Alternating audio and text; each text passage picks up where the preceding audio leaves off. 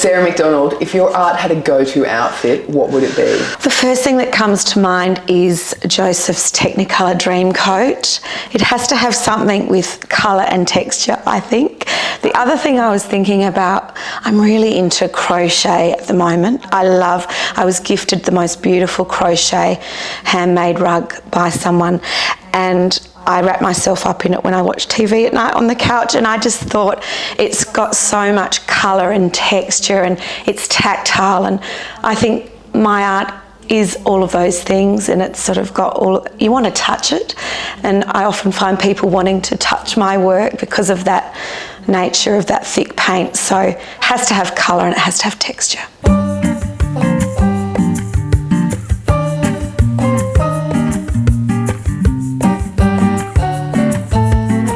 Sarah McDonald, thank you so much for joining us. You're up from Adelaide. Both of us are a little husky. We've had big weekends talking. We have. When did you first notice your art? Well, I think it's funny, I've done it from a very young age, but I think the moment I looked at my artwork differently and maybe took notice of the fact that I could hang it on the wall was my Year 12 art exhibition, and I think it was the first time I saw it hung in an exhibition type format, and I thought, actually, yeah, this is sort of what I want to do. I love seeing it, and it was obviously with all of my Year 12 cohort, and it felt really special, and Year 12 art was where I, wanted to be. I was there, I lived in the art room, it was my very happy place, so that was where I think I went, yeah, I want to do this, and I saw it in a different light, and I thought, yep, this is where I want to head. Was it a slow burn, or was it quite fast and hot, that falling in love with your art? Oh, I've been doing it for so long.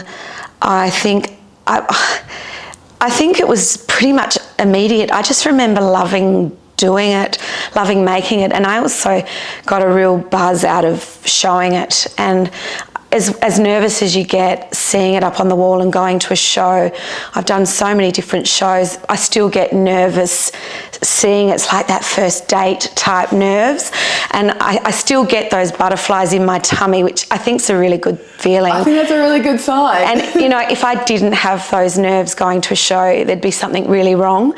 So yeah, it was slow and steady, but also very passionate. Yes, great. I think that sounds like the ideal relationship. Yeah. Pretty good recipe. Yeah.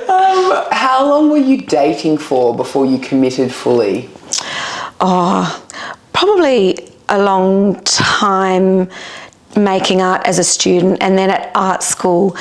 Obviously it was quite a full-on degree that I did. It was long hours, and so that was lots of that dating, late night dating, trying to finish work, and as an art student, and then having your first show, I think, realises sometimes that, well, now I feel like I can do this, and I want to really commit to it, and I think I've always been committed to it. From early days, actually. I was going to say, how did you know you had committed? I think, finding place to make art is really important. I've always been able to find, I think, when you're committed wherever you live, whether it be when I was living in London on the dining room table or in my parents' back shed, I just literally got rid of all my dad's tools and made it my art studio, or now I have a beautiful purpose-built studio. That was sort of 20 years down the track. I only got my first purpose-built studio recently, really. But I think knowing you're committed is when you will make time and place for your practice.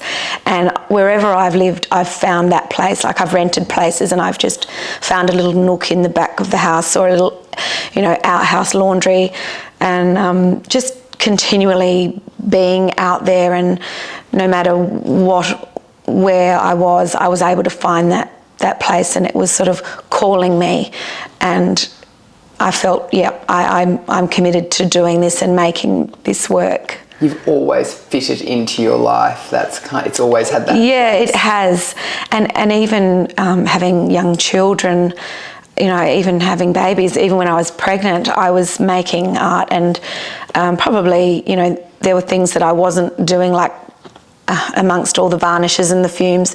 When I was pregnant, I probably avoided a bit of that, but even juggling both my teaching and painting career, I was able to work with both, and I committed to both. Yep.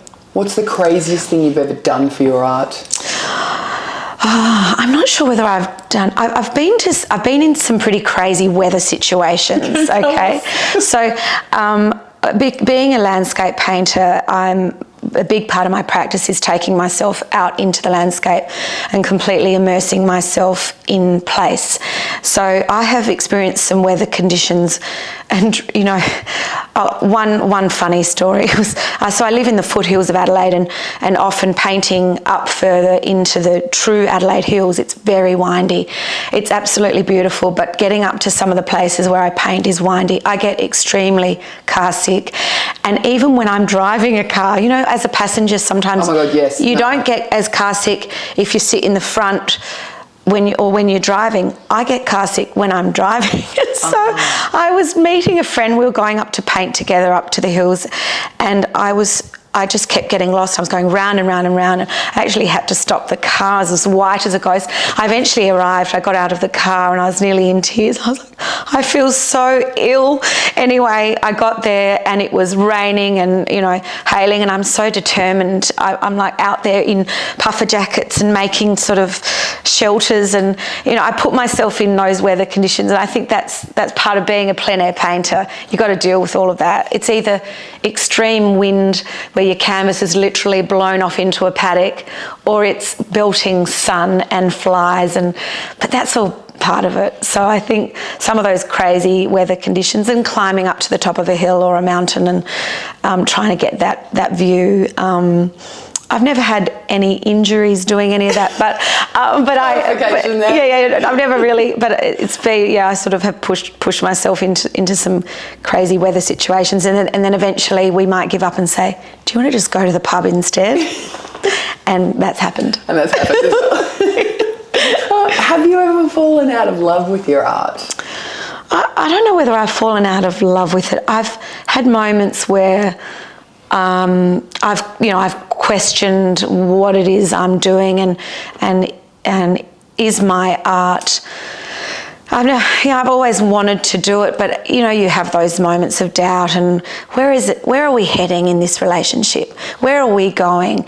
Am I on that right path? You know, am I good enough? All of those horrible things that we go through when we talk to ourselves. But I think I've always been able to keep my relationship going with, and because I actually just love making art. I love painting. I love paint. I love the physical nature of what I do with my thick oil paint, and that just keeps me going back for more, because I just want to see what else I can do, or what else we can do together, because my work has really changed and evolved over, you know, the 25 years I've been making paintings, which is great for a relationship, because you've got to sort of keep pushing and keep it fresh.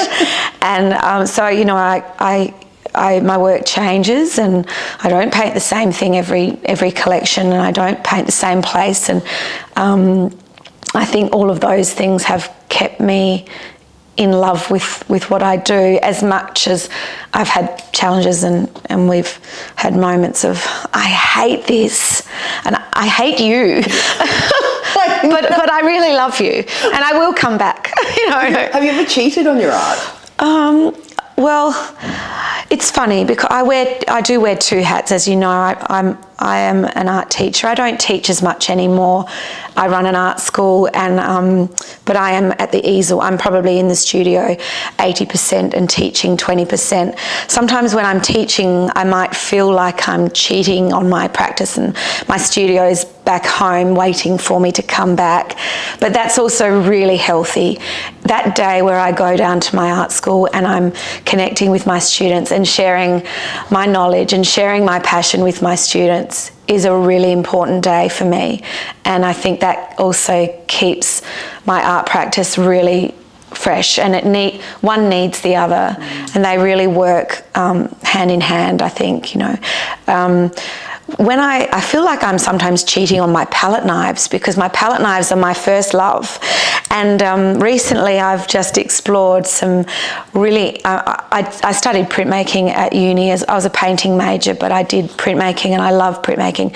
I've never really made prints and shown them in my, you know, exhibitions, but I got back from a desert trip last year, and I was so eager to get work out of my head and onto canvas or paper that I went back to explore monotype printing, and I absolutely fell in love with that. It is so immediate and fresh. It's such a painterly printmaking technique, very similar to the way I make paintings, which is sort of fast and fresh and immediate. The printmaking technique of monotypes is very similar. So I really went that direction because it was quick and fast, and I got a whole lot of work out really quickly. Yeah. And then I'm thinking, maybe I should go back to those knives. They're waiting there for me. You know, am I cheating on them? But that's really sort of when I'm exploring different mediums, which is also really important, I think, too, in your practice. How do you woo your art to get back in the good books? Oh, look, maybe do a dance. You know I love dancing, Willie. You know, it's so funny. Put on some music, shimmy in front of my canvas, say, hey, look at me, baby. You know pigeons, when they woo each other, when they're mating, and their fan at the back sort of props up and they walk past, you know, like this. Maybe do a bit of a dance. I don't know. I put on some music, and look, how can you not be wooed by thick, luscious oil paint? It's so sexy. It's just, I mean, really, I think my paint woos me, but yeah, I think a bit of music helps keep us going. Yeah. Sarah McDonald, what's your top tip for keeping the passion alive in the studio? Oh, look, like any relationship, I think, well, you've got to keep sort of reinventing and exploring and experimenting and pushing different directions. I think that's really important for me to keep pushing myself. I can sometimes get into a pattern. I can make paintings and I think, I don't even know how I did that, because it sort of happens I'm almost, you know, it's intuitive, and I'm in a bit of a meditative state when I'm painting, and sometimes I can get into that pattern. It can just happen quite easily, and I think when things become easy, or, you know, you may not be really pushing yourself and your practice. And so recently I'm working on a new body of work, and it is challenging me, and it's good. And I'm getting into a point where I'm like, I just can't look at you anymore. I can't touch you. I need space. And we all need that. We need space and time. And then we go back. I'm like, actually, I do like what I've done there. Even all that part of that painting I thought I hated, I really like it now because I've had time and space. So time, space, having a really honest relationship, like, just got to be true. You've got to be authentic. You can't be anyone that you're not. That's really important, I think, being true and not trying to be anyone, you know. So when I'm teaching, I have a lot of my students say to me, I just want to be looser. I want to loosen up. Can you teach me how to loosen up? I can teach you techniques to do that. But then at the end of the day, you come back and you think, well, this is how I paint.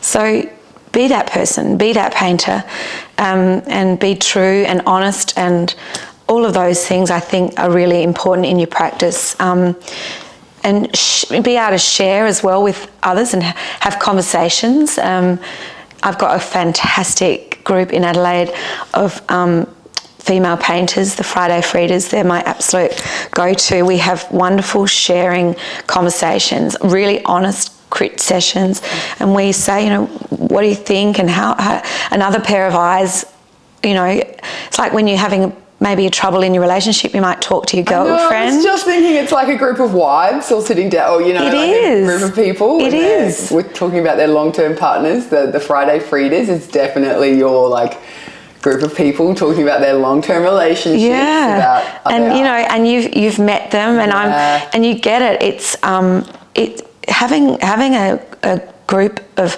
like-minded people. We're all in the same job, and let's face it, it's a bit of a crazy world sometimes, and being an artist it's different and it's challenging, and as much as I love all my other girlfriends, sometimes they don't get it, and that's no disrespect, it's just because it is really different. So I think being able to share and talk is really important in your relationship as well. So I all of those things. All of those things. Sarah McDonald, thank you so much for joining us. Oh, it's my pleasure. It's been so fun. Thank you, Willie.